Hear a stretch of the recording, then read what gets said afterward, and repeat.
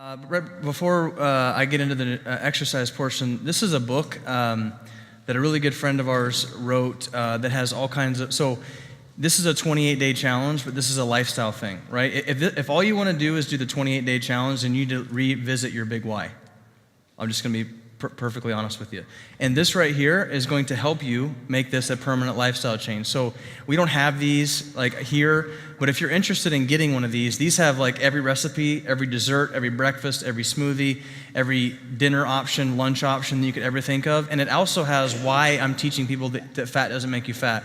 You're probably thinking to myself, well, I thought dairy was good, it builds strong bones. Guess how many peer-reviewed research studies are out there that milk builds strong bones? Guess how many? 0, right? So why do we drink milk? For calcium. You can get the same amount of calcium, actually more from a head of broccoli, almond milk, and coconut milk. So really we're just ingesting a bunch of chemicals. So this book is really good. If you want to purchase the book, Jackie, Kat, raise your hand. They will get your name and contact information, and I'm going to order them for you, and then you can just pick them up at our clinic. Sound good? Okay, next slide. All right, this is my bread and butter. I love exercise, so I just went to the CrossFit regionals. The biggest reason why we started the One Church CrossFit campus is because I love to work out. I love to reach people that way. I've been good at it for a long time, and I like to move things fast. And the cool thing about what I do is that they can be done anywhere, right? So these exercises, I don't want you to be, because I'm a CrossFit athlete, or you see some of the buff people up here at the front, that this is like crazy and nobody can do it. Everybody in this room can exercise hard, fast for short periods of times, and everybody can do these movements. That's the cool thing about CrossFit or just burst training in general, is that it's modified for everybody. But the principle that I want you to understand is that for such a long period of time, and I've gotten every personal training certification. I've trained Division I athletes and world-class athletes for over 10 years. The American College of Sports Medicine says that you exercise 3 days a week, 65 to 85% of your heart rate max, and that will lower blood pressure and all these other things. But what we're finding is that it's not working. You have to exercise every single day. It doesn't mean you have to go work out extremely hard every day, but you need to do some type of physical movement every single day, whether that's being walking or and if you're a mom and you got a little one. I just saw a guy over here with a little baby. I mean, he can take that, and that's just, I can't wait to have babies because I'm going to strap that thing onto the front. We're going to do some weighted pull-ups. We're going to have, squats, all kinds of things with that. So the cool thing I want you to understand about exercise is that slower for long periods of times. So here, just, raise the hands. Who here has been in that kind of phase or been told, go exercise on the treadmill for 40? I know someone's in here that does it because I walk into Lifetime Fitness and I used to train there on the treadmill for 2 hours. I got to burn those calories. I got to get my fat level down. I'm going to lose some weight. Who here's been told that, right? Everybody has, because I used to do that too. The problem is that what we're finding is that you're actually stimulating cortisol, and you're actually stimulating hormones that actually cause you to store fat. You also stimulate hormones that cause your depression levels to go up, your anxiety levels to go up, right? So, but what we're finding is that if you exercise hard for shorter periods of time, burst training, right? So like 30-second burst and then 10 seconds rest, and then get your heart rate back up and then slow it back down. We're actually stimulating natural growth hormone. If anybody in the room knows what growth hormone is, that's how you get muscles, right? So you don't have to inject yourself with all these chemical substances to get big muscles. You can do it with exercise, and guess what? You get younger, right? Your body, literally starts to, your telomeres and your DNA and everything. There's all kinds of research on that. I'm not going to go into a crazy amount of it, but what I want you to understand is that slow exercise, going on a run for an hour. Now, I like to run for an hour every once in a while, but if I do it every single day for the rest of my life, I'm going to store fat. That's just what happens. So you're going to decrease testosterone, growth hormone. You're also going to decrease your immune function, which is huge, because who here wants to be sick? Nobody wants to be sick, but we're the sickest, species on the planet. So immune function, it's extremely important, right? So we think that getting sick 4 times a year is normal. That's not normal.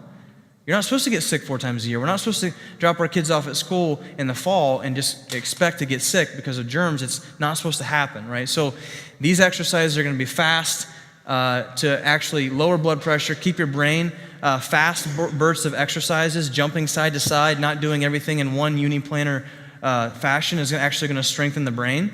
So the right brain controls the left side of my body. The left brain controls the right side of my body. That's why doing movements in this type of fashion helps to stimulate kids who can't pay attention in class, like ADHD and things like that. I've listened on the radio, 104.9 The River, the brain training or brain school or whatever, that you can do that with exercise. You don't have to pay that kind of money to do that. Next slide. So here's just some more facts on the effects of super fast exercise, high intensity. This is what the coolest thing I like about this is that this is called excess post-oxygen consumption. You don't have to worry about that. I'm just a nerd that likes to exercise. So EPOC. So every time you exercise fast and hard for a short period of time, you burn fat up to 36 hours post-exercise. Yeah. Right? So who here wants to stop working out and then up to 36 hours of that you're still burning fat? If you run or you do like just sit, go do some bench press, sit down, talk, high five, whatever, get back. I mean, you're not really gonna stimulate those hormones the way that I want it. That you need to do that. So 36 hours post workout, we're still gonna be burning fat. Metabolism for muscle growth. Decreased muscle wasting, right? So the greatest analogy that I can give you is, a sprinter, a track sprinter versus a marathon runner.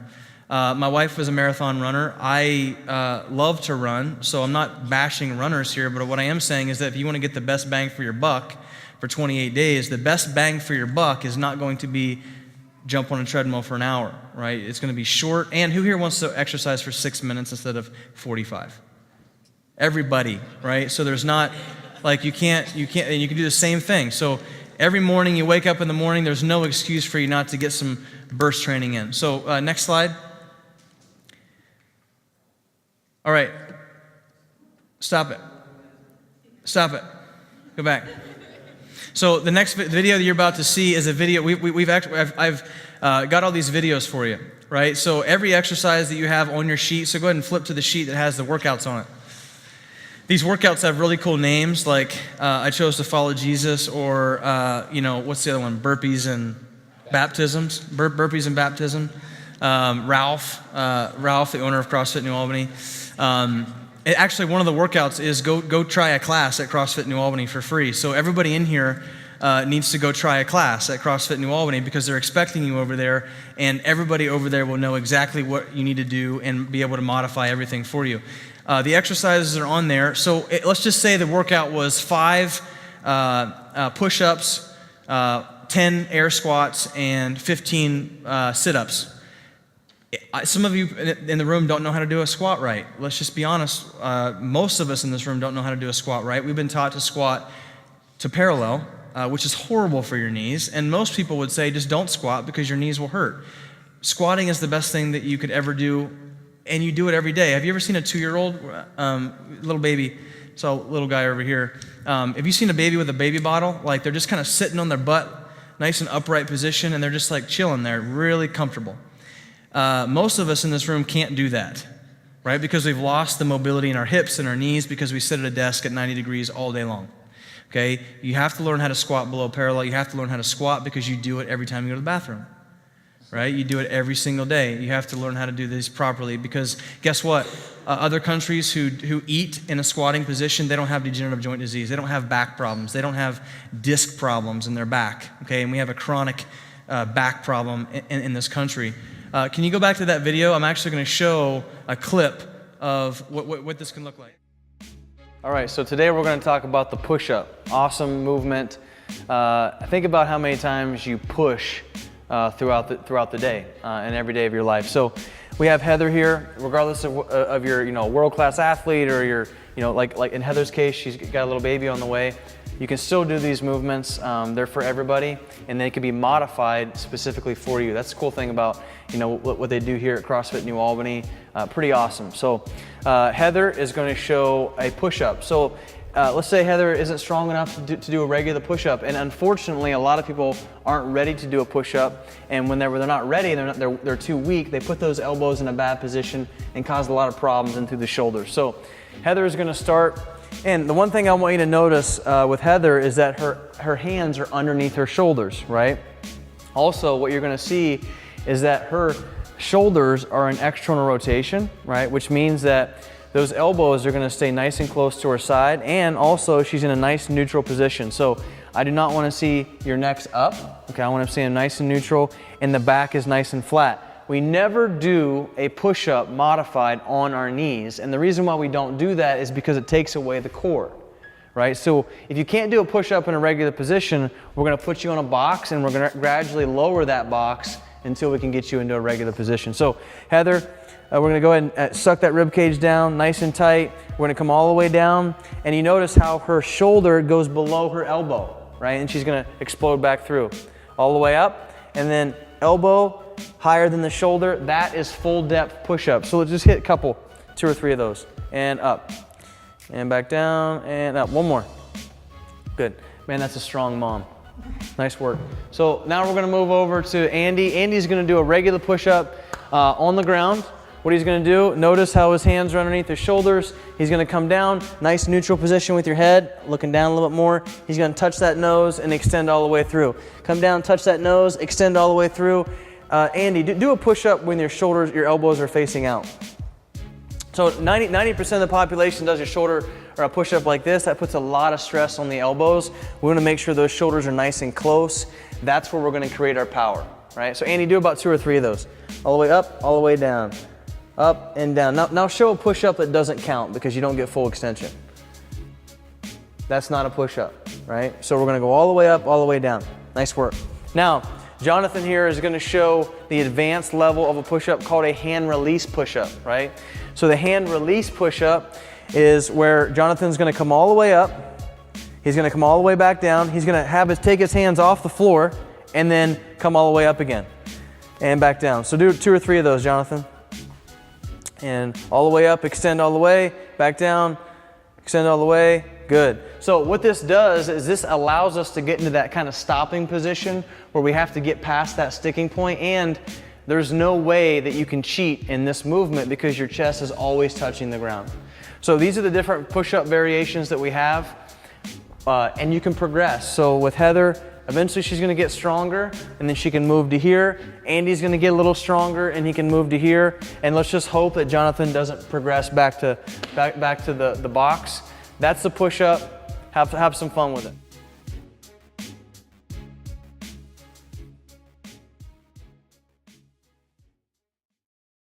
So there you go.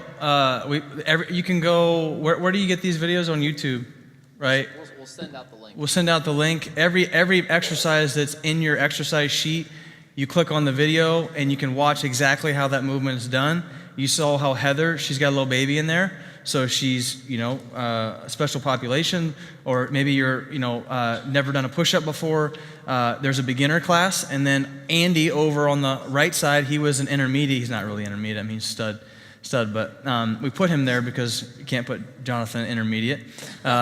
He's in the middle. Jonathan was in the middle doing the advanced version. So if you're a stud athlete, you're rock star, I want you doing hand release push-ups. But if you've never done a push-up before, I want you to be on the box and then or on your couch or on your stairs or on your countertop. I don't care where it's at, but enough to where you can go fast and hard in a good position. Makes sense. All right, I'm not going to spend a lot of time on this, but there is a section where you're going to be able to add protein back into your diet. So when Dr. Sam says you can add meat in, you can actually add protein powder back in to your smoothies. However, not all protein powder is created equal. Sorry.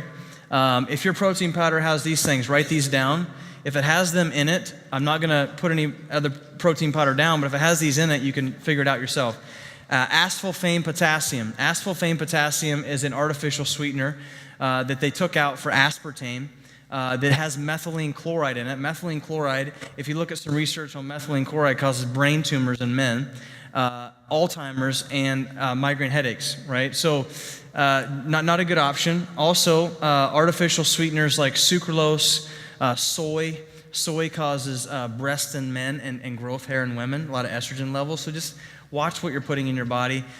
We have a Maximize Living, which is the protein that we have in the office. If you want some protein, same thing with the book. You can talk to the girls in the back, and we'll order you a protein that you can supplement with. Because me personally, I like to have a little bit of protein in my smoothies throughout the day because I'm working out and I'm training. But it's clean. It's 100% grass-fed whey protein powder, not from concentrate, which means it's not like in an isolate broken down.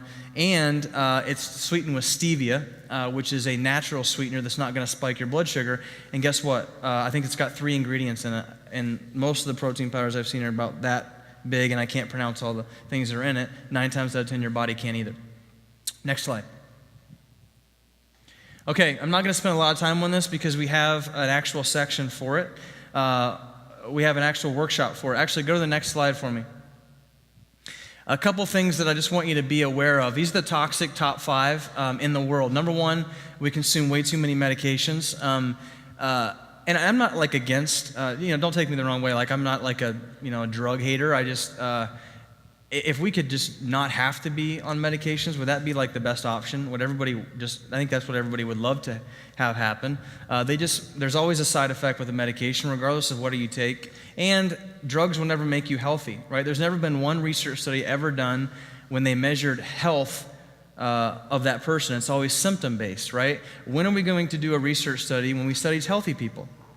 Why can't we just study like the tribes in Papua New Guinea, that have no heart disease and they still have all their teeth and they have no back problems and they live to be over 100 years old? We should study those people. And if you study those people, they're doing a lot of the things that we're not doing and a lot of the things that we're teaching you to do here.